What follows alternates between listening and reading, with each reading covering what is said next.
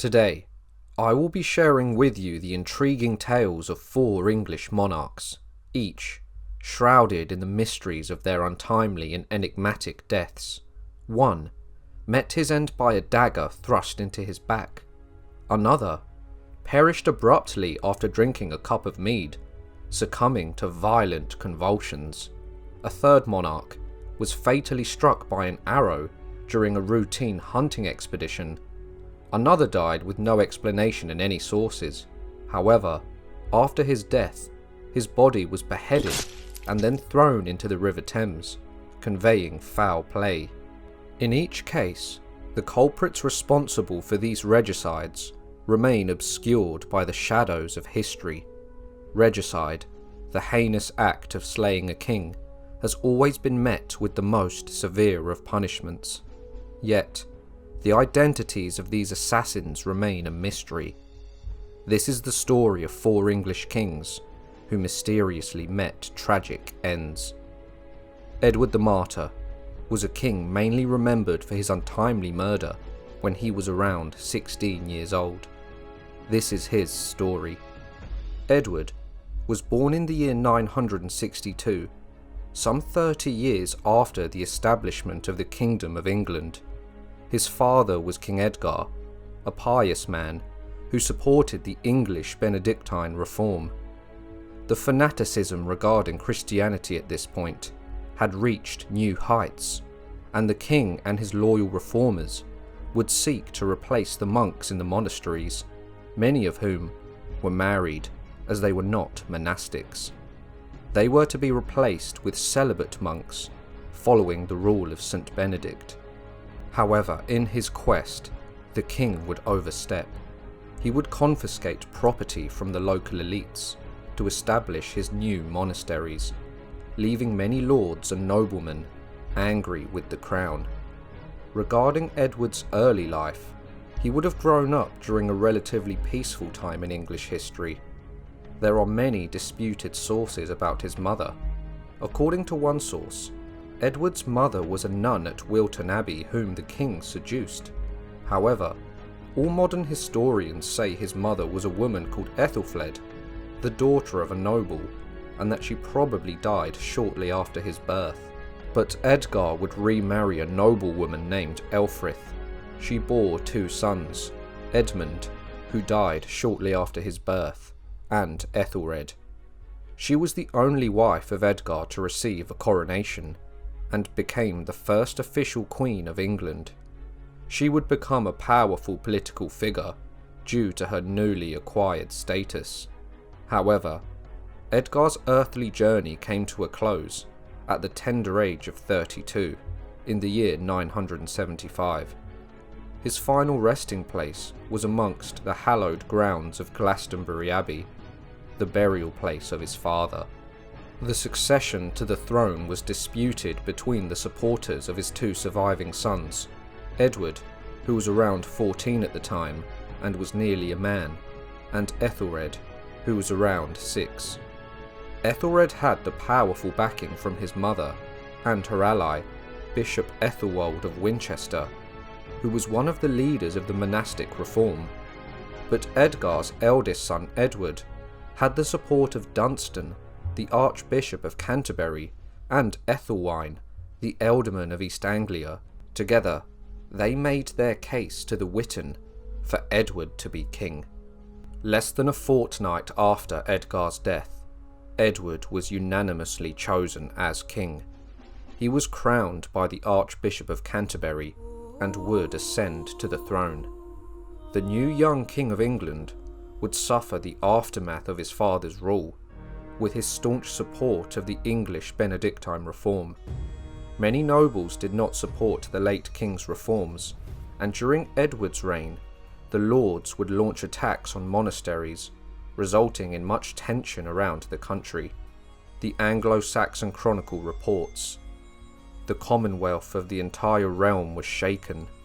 Bishops were perplexed, ealdormen were angry, monks were struck with fear, and the people were terrified." In the year 976, the same chronicle reads, This year was the great famine among the English nation. Although England was going through a relatively peaceful period, the common people were starving, the nobles were enraged, with their lands having been taken by Edward's father Edgar, and no doubt many lords would seek to control the new young impressionable king. This may not have been possible, however, as the monk Bertfirth portrays Edward as an unstable and violent young man.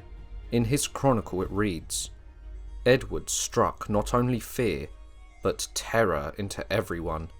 He hounded them with not only tongue lashes, but even with cruel beatings, and most of those were members of his own household."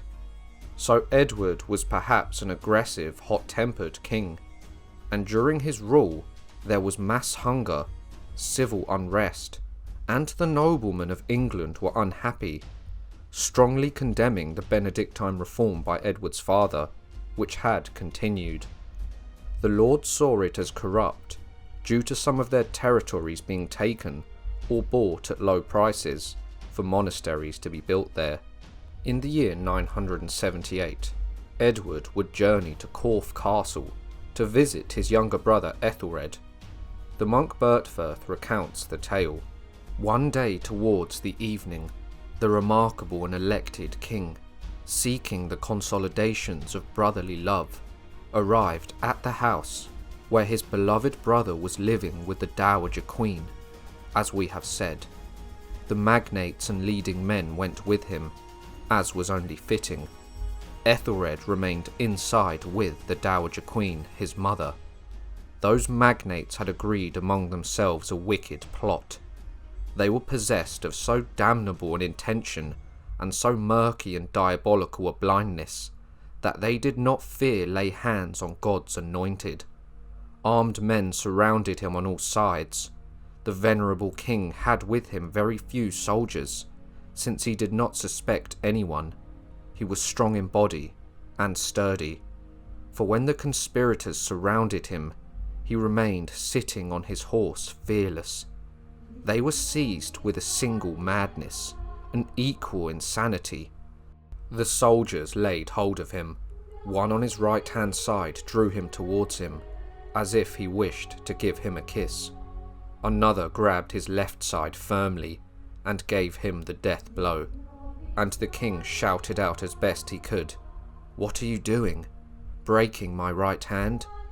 And suddenly he fell from his horse and was dead. Bertfirth reflects the killing of Edward as a planned assassination by wealthy lords of England. William of Malmesbury, however, the foremost English historian of the 12th century, paints another picture. Edward was coming back tired from hunting, breathless, and thirsty from his exertions. On his arrival, his stepmother, with a woman's wiles, distracted his attention, and with a kiss of welcome, offered him a drink. As he greedily drank it, she had him pierced with a dagger by one of her servants. Wounded mortally by the blow, he summoned up what breath he had left, and spurred his horse to join the rest of the party. But one foot slipped, and he was dragged through byways by the other, leaving streams of blood as a clear indication of his death to those who looked for him. William conveys Elfrith, Edward's stepmother, of being behind his murder, her motivation being her own son Ethelred to ascend to the throne. Henry of Huntingdon, an Anglo-Norman historian, describes a similar narrative. Edward the king was treasonably slain by his own family at Corfe Gate.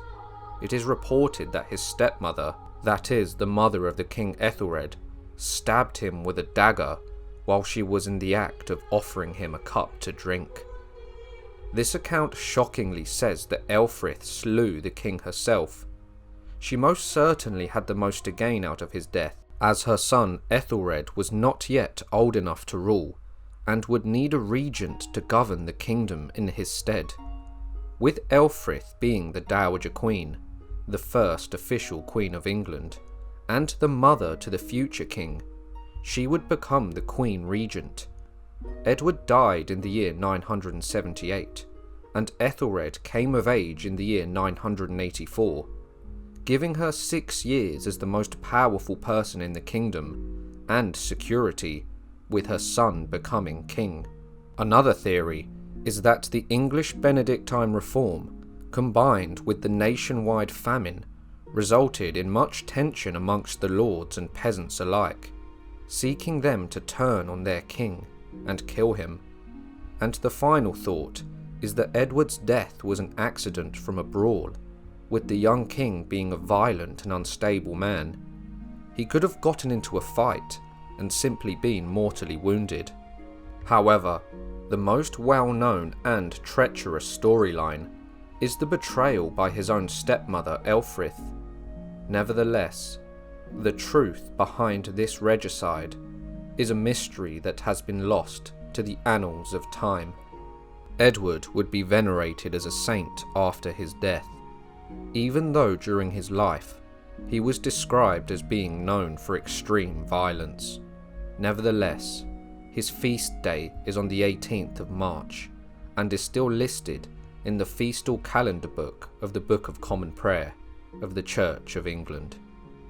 Next we have Harold Harefoot, who was born in the 11th century. He was the son of Canute the Great, who had taken the whole nation of England as his own in the year 1016, the year of Harold's birth. His mother was Elfgifu of Northampton. She had married Canute during the war in order to seal the loyalty of the Danelaw and Northumbria. However, after Canute's conquest of England in the year 1016, Canute married Emma of Normandy, the widow of King Ethelred. At the time, the societal norms deemed it permissible to put aside one wife and take another, if the first wife was acquired through the non-Christian pagan ceremony of hand fasting. Typically, such decisions were motivated by political considerations. Canute and his new wife, Emma of Normandy, would have a son called Harthacanute. Many sources suggest that their marriage was an affectionate one, and that Emma was deeply involved in politics at the time. A young Harold would grow up in the shadow of his father Canute, who would unite England, Denmark, and Norway, creating the North Sea Empire. Harold also had an older brother called Sven, who was granted the regency of Norway at the age of 14. Harold, no doubt, would have been jealous, and turned to his training. He gained the epithet Harefoot. In Old English, this would be fleet of foot, which means fast. The name stuck, and Harold would be remembered to history as Harold Harefoot. His father Canute would die in the year 1035, as would his older brother Svein, making Harold the eldest of Canute's living sons. Many chroniclers note that the English throne was reserved for Harthacanute, the son of Canute and Emma of Normandy. However, Harthacanute was in Denmark when his father died. Harold's mother Elfgifu argued for her own son to be the next king of England, and Harthacanute could not travel to England, as Denmark was under invasion by the King of Sweden. England's lords and the Witan proposed the idea of installing Harold as a temporary king due to Harthacanute's absence. There is even evidence of Elfgifu bribing noblemen in order to secure her son's position, gaining support of the aristocrats and having them swear oaths of loyalty to herself and her son. Harold Harefoot would ascend to the throne as the King of England, while his brother Harthacanute ascended to the throne of Denmark. According to the Anglo-Saxon Chronicle, this is what transpired after Canute the Great's death. It reads, "This year Harold was chosen king over all, and Harthacanute was forsaken, because he stayed too long in Denmark." Emma of Normandy would remain in Winchester. However, the new King Harold soon sent his soldiers to the estate of his stepmother Emma. He had her stripped of all her wealth, and took all of his late father's best treasures, thinking them his, now he was king. Nothing of note happened during Harold's reign, except the murder of Alfred Atheling, who was the son of Emma of Normandy, and the late King of England of the Wessex line, Ethelred the Unready, who died before Canute the Great took the Kingdom of England during the war with his son and Alfred's older brother, Edmund Ironside. Alfred was in exile in Normandy, campaigning to regain his family's lost crown, as the throne had passed from the line of Wessex to the line of Danish kings. Alfred Atheling disembarked on the Sussex coast, accompanied by a retinue of Norman mercenaries, aiming to journey to London. Unfortunately, his plan was thwarted when he was double-crossed and apprehended by Earl Godwin of Wessex. Subsequently, he was subjected to a grim fate: blindness. The effects of this cruel act were fatal, and he died not long after. The monk Saint Omer wrote in his chronicle that the capture, torture and death was completely due to Harold Harefoot, ridding himself of another rival to the throne by killing Alfred. After the death of her son, Emma of Normandy would flee from England to the court of her son Harthacanute, fearing for her life. Together, they assembled a huge host of Viking ships in order to invade England in the year 1039. But just as Harthacanute was preparing his invasion forces, Harold suddenly died, still young, in the year 1040. The mysterious case of Harold's death is unknown. Many historians attribute his death to an illness. The Anglo-Saxon Chronicle simply reports that he died, and does not say why. Nevertheless, what happened after his death is important. After Harold was buried in Westminster Abbey, his body was removed from its burial site, beheaded, and thrown into a sewer off the River Thames. Hardly a fitting end for a king. Harold's death remains an enigma. The lack of contemporary reports suggests he could have died from natural causes. Could his murder of Alfred Atheling have enraged the Anglo-Saxon loyalists, or did Harthacanute and Emma of Normandy have him swiftly assassinated before their invasion? It remains a mystery. After the desecration of Harold Harefoot's body, his half-brother Harthacanute would assume the throne, being now the King of England and Denmark, at the age of 22 years old. His reign, however, was marred by controversy and heavy-handed rule. During his reign, he doubled the size of the English fleet, partly so that he had a force capable of dealing with trouble elsewhere in his empire. To pay for it, he severely increased the rate of taxation. The increase coincided with a poor harvest, causing severe hardship. In the year 1041, two of his tax gatherers were so harsh in dealing with people in and around Worcester that the common people rioted and killed the tax gatherers. Harthacanute reacted by imposing the then legal but very unpopular punishment known as harrying. He ordered his earls to burn down the town and kill the population. This conveys him as a tyrannical ruler who didn't have the people's best interests. His efforts to strengthen his grip on power often involved ruthless tactics, which further alienated his subjects. The Earl of Northumbria during Harthacanute's reign was Siward, but Earl Eadwulf of Bamborough ruled with semi-independence, a situation which did not please Harthacanute. In the year 1041, Earl Eadwulf gave offence to the king for an unknown reason, but then sought reconciliation. Harthacanute promised him safe conduct, but then colluded in his murder by Siward, who became the Earl of the whole of Northumbria, and took Eadwulf's lands. According to the Anglo-Saxon Chronicle, Harthacanute betrayed Eadwulf while under his protection, labelling King Harthacanute as an oathbreaker. In the year 1041, Harthacanute invited his half-brother Edward, the son of Ethelred the Unready and Emma of Normandy, back from exile, and made him his heir, wanting to form a closer bond with his half-brothers from the house of Wessex. A year later, on the 8th of June in the year 1042, King Harthacanute attended a wedding. The groom was a wealthy lord called Tovy the Proud. It was set to be a lavish event, with the King of England in attendance. During the wedding feast, the king would drink large amounts of alcohol, and as he was drinking to the health of the bride, he would collapse and die. According to the Anglo-Saxon Chronicle, this is what transpired. As he stood at his drink, he suddenly fell to the earth with a terrible convulsion, and then they who were close by took hold of him, and after that spoke not one word. It remains unknown if Harthacanute died from being poisoned.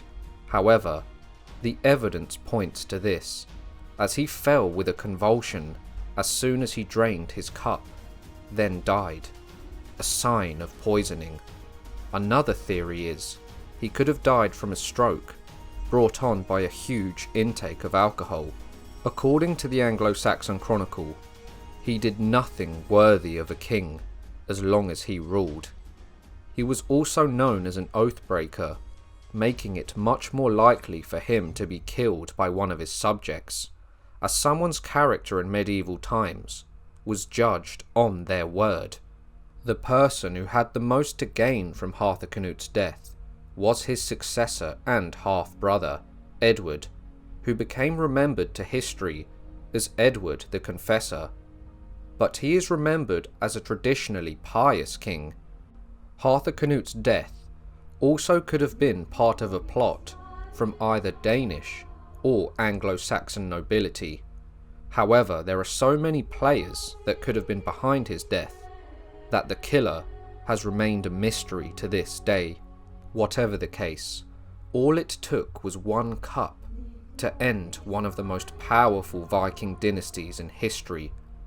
After Harthacanute's death, the throne was left to his half-brother on his mother's side, Edward the Confessor, ending the rule of Viking kings of England, and the reign of the kings returned to the House of Wessex. Upon the death of Edward the Confessor, England would be plunged into a state of war.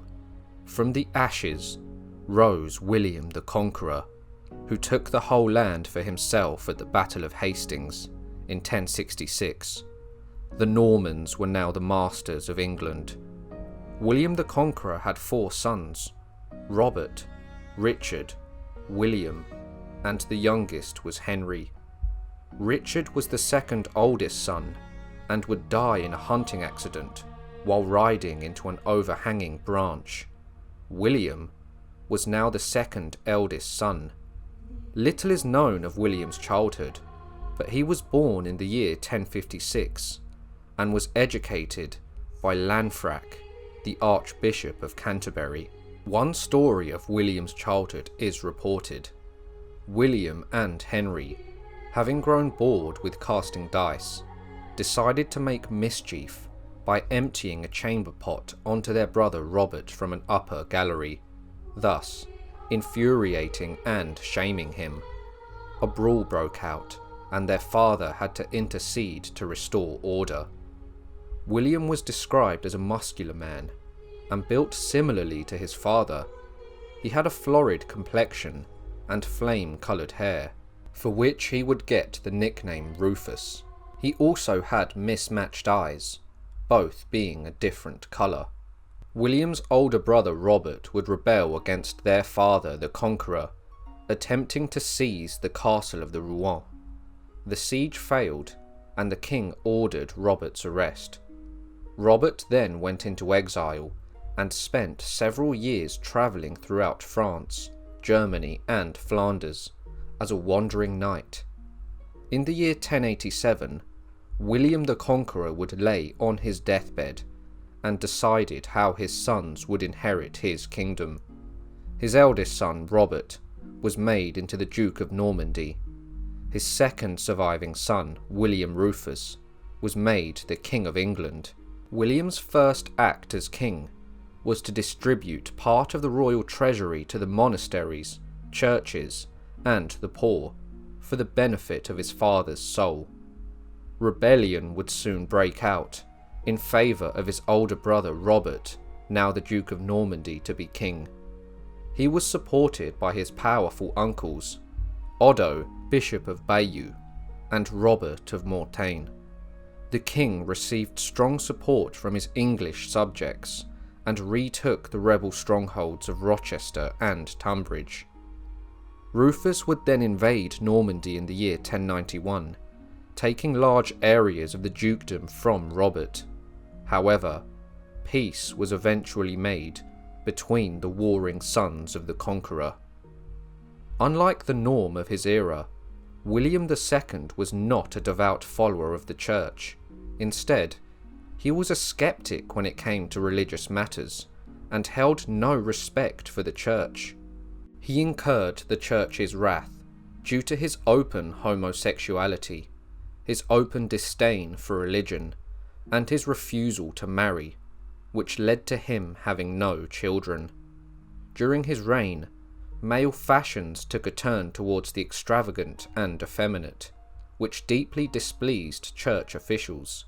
However, although some historians note him as having little or no religious morality or social graces, and being addicted to every kind of vice, he was respected as a victorious general in battle. In the year 1091, William Rufus successfully repelled a military incursion led by King Malcolm III of Scotland, compelling Malcolm to acknowledge his supremacy and pay homage.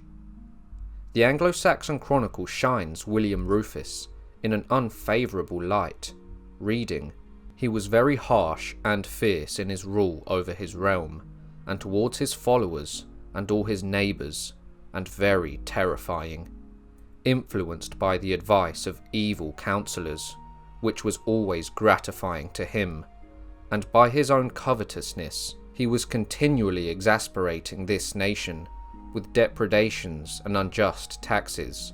In his days, therefore, righteousness declined, and every evil of every kind towards God and man put its head up. Everything that was hateful to God and to righteous men was the daily practice in the land during his reign. Therefore, he was hated by almost all his people, and abhorrent to God." Around 13 years into the reign of King William II, he went on a hunt in the New Forest in southern England. While hunting with his party, the king was unexpectedly shot with an arrow through his chest and died. The Anglo-Saxon Chronicle simply reports, "He died in the midst of his unrighteousness, without repentance or any reparation made for his evil deeds. He was slain on a Thursday and buried the next morning." There is also another version of the tale where the king is killed by a nobleman named Walter Tyrrell. According to William of Malmesbury, the king went into the forest. He was attended by a few persons. Walter Tyrrell remained with him, while the others were on the chase. The sun was now declining, when the king, drawing his bow and letting fly an arrow, slightly wounded the stag which passed before him. The stag was still running. The king followed it a long time with his eyes, holding up his hand to keep off the power of the sun's rays. At this instant, Walter decided to kill another stag. Oh gracious God! The arrow pierced the king's breast. On receiving the wound, the king uttered not a word, but breaking off the shaft of the arrow where it projected from his body.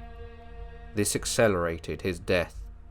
Walter immediately ran up, but as he found himself senseless, he leaped upon his horse and escaped with the utmost speed.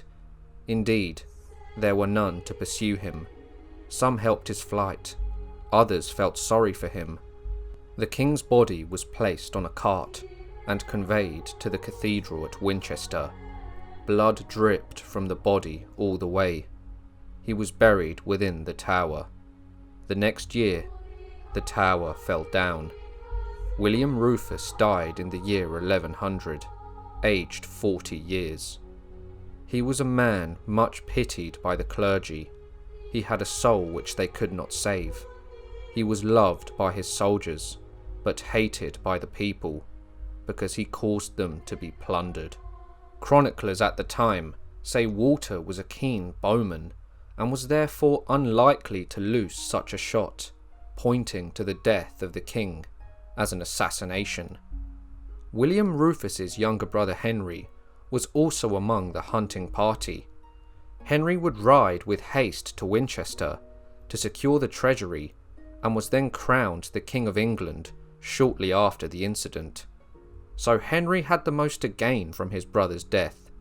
But accidents like this were common at hunts, so was this simply an accidental misfortune, or a political assassination by kin? Edward the Martyr was stabbed in the back. Harold Harefoot died mysteriously, and his body was then beheaded and thrown into a sewer. Harthacanute drained his cup, had a terrible convulsion, and fell to the floor and died, a likely suspect being poison, and William Rufus was killed by his own hunting party with an arrow to the chest.